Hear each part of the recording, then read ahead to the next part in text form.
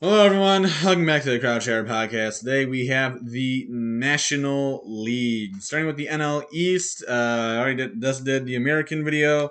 So if you haven't not seen that video, go ahead and check that one out as well. Starting off in the NL East, we have the New York Mets at 89 and 52. This is a very good New York Met team. In terms of pitching, you got both Jake DeGrom and Max Scherzer, and even Carlos Carrasco. Wrong Carlos. Carlos Carrasco, who's having a decent year along with Taiwan Walker. Their starting pitching and their pitching in general is loaded with, of course, I haven't mentioned him, but closer Edwin Diaz has also been having an outstanding year. Scherzer is currently on the IL, but he's only expected to miss only a start or two, so not a significant injury. Big news for the New York Mets, who have already lost him for a good part of the season. Up next is the Atlanta Braves, the defending World Series champions at 87 and 53. They are putting the pressure on the New York Mets to try and hold off Atlanta uh, for the NL East at like I said 87-53, one a game and a half behind. The Mets, big last month here for both teams, as obviously, by the time we get to October, we'll figure out which one of these teams is actually going to get a home field advantage and is not going to have to be in the wild card. So huge games for both teams. Now next we have another playoff team, the Philadelphia Phillies. Almost said Eagles. Philadelphia Phillies at 87 and 62, 10.5 games behind the New York Mets. And this team is solid. And they're solidly, honestly, in the playoffs right now as well. And the Phillies have a decent roster. They have some decent offensive players with guys like Bryce Harper, Nick Castellanos, and Kyle Schwarber. And they have a decent pitching staff with Zach Wheeler, Aaron Nola, and Noah Syndergaard. So Philadelphia certainly has pieces and parts. Question is, can they put it all together all at the same time? That's the question we all need to ask ourselves. Up next is the Miami Marlins at 57 and 83.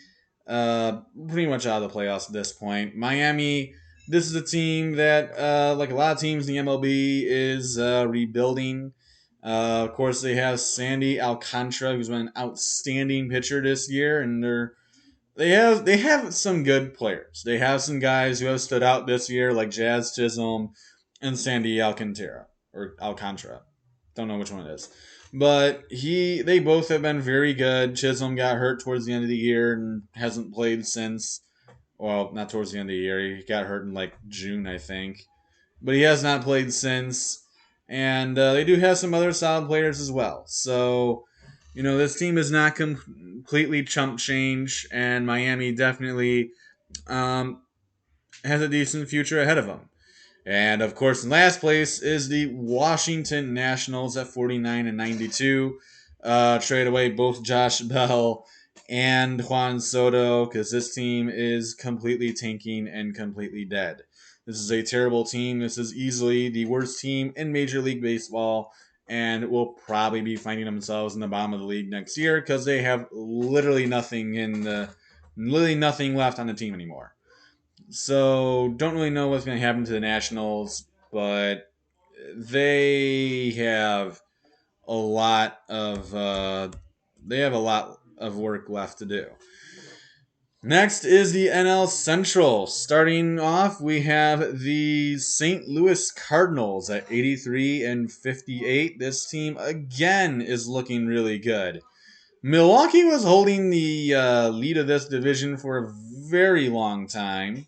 But after many injuries to Milwaukee's pitching staff and also some struggles from Josh Hader before he got traded, we'll mention that later.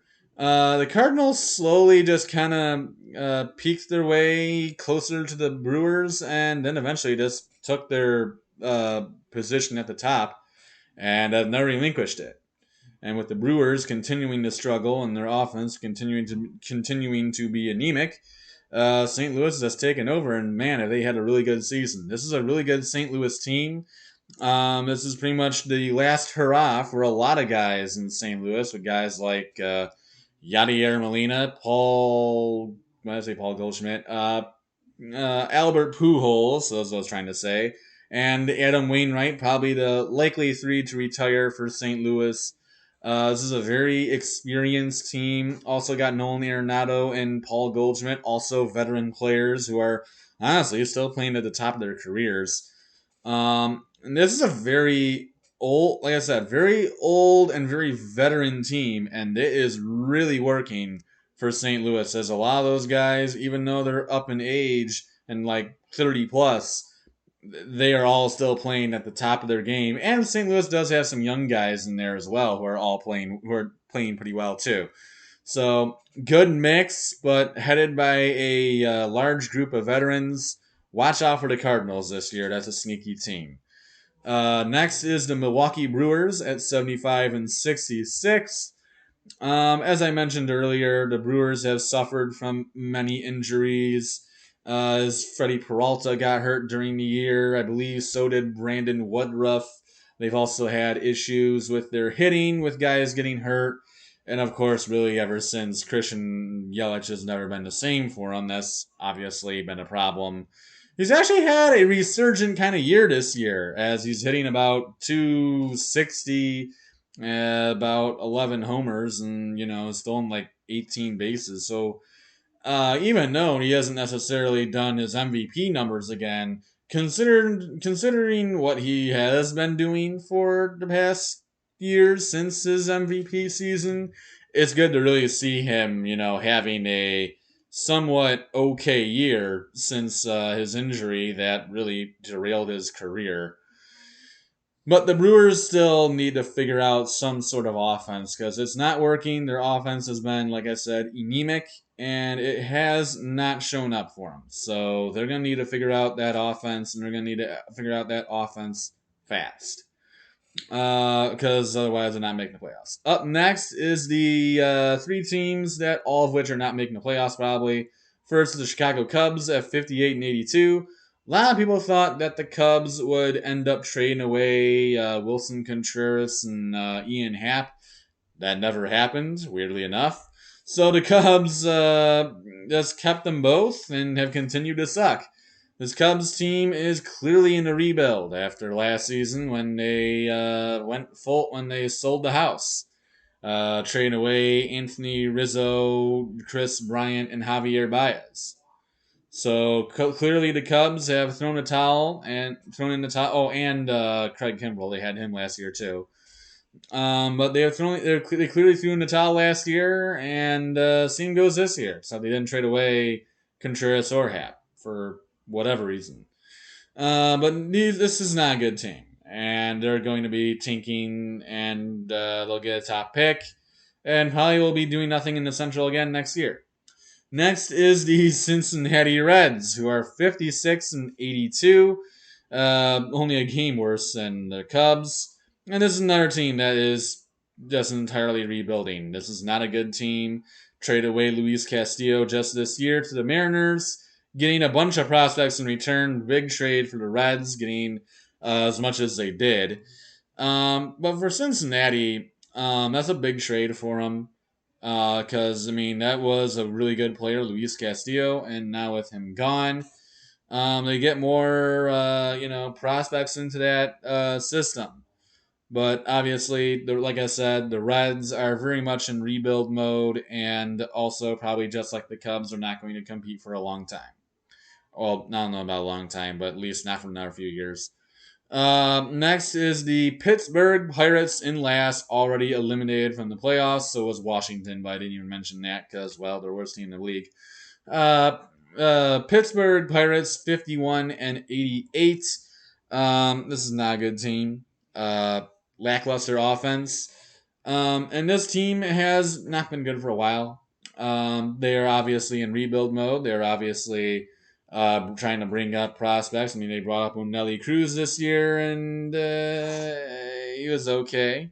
For your first major league year, not necessarily going to light up the world like Julio Rodriguez, but I mean, it wasn't great, but it wasn't bad, I guess, necessarily either. So I don't know if that's necessarily what the Pirates are hoping for, but once obviously they're going to get a top pick, not a good team. Uh, Good luck next year, Pittsburgh, maybe.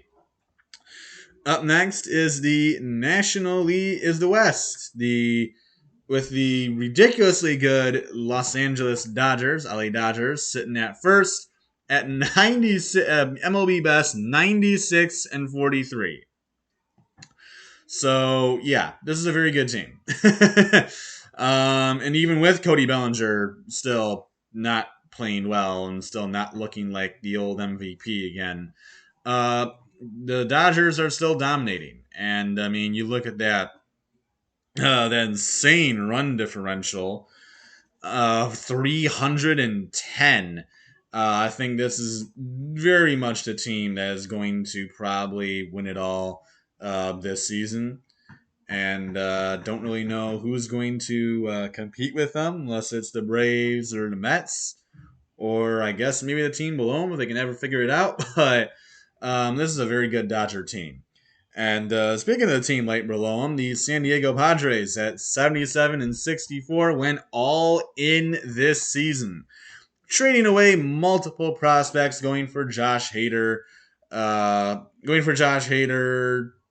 Juan Soto, and Josh Bell, and also making another trade, getting Brandon Drury from the Reds. But really, the big names are Bell, Soto, and Hader. Hader has not worked out. Don't really know what Soto and Bell have done, but I know that Hader has certainly not worked out because I have him in fantasy and he has been terrible. And I'm out of the playoffs, so that's nice. But the Padres, this team has just I mean, they went, like I said, they went all in. They basically traded for every single player under the dang sun, and they have not necessarily, lit up the world. They haven't necessarily killed it. I mean, they played fine. They played well. They played okay. But considering how much talent they have, they should be playing a lot better than what they are now. So, I mean, we'll see if they can play it together at some point and everybody can play at the same level at the same time. Of course, no Fernando Tatis.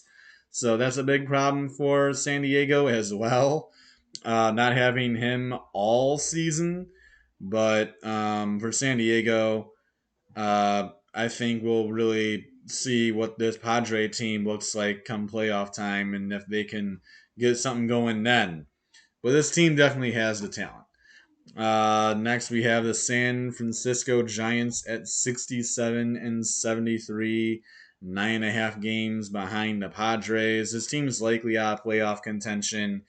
A huge letdown from a season ago, being the number one team in baseball with being like a 106-55 or something like that. Unbelievable record.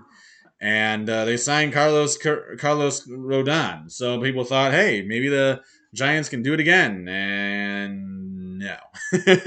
So really disappointing for the Giants. Obviously, I mean, I think they're probably out of the playoffs. They have an outside chance, but it doesn't look good for them. And it doesn't look good for the next team below them, which is the Arizona Diamondbacks, who are having a way better season than I would have expected. 66-73 for Arizona, only a half a game behind the Giants. This Diamondback team is certainly in a rebuild and had an MLB worst record last year, and now is pretty much right in the middle of the pack. So it's drastic improvement for Arizona. Zach Gallen stayed healthy all year, which was a nice addition for them. Not to mention, also, they're having us a really good year. So, very impressive for Arizona. And let's get the last team out of the way here. The Colorado Rockies, once again, sucked. Look at you can just see their road record, and you can see that they're always the Colorado Rockies. But this team also had Chris Bryant, and he hardly played all year and just didn't really have much of anybody else to help him out. And so the Rockies kind of struggled all year, and it was a struggle bus for them. And that's it for this video. I hope you guys enjoyed it. And we'll see you on the picks videos for college football whenever we get that. Until next time, adios, everyone.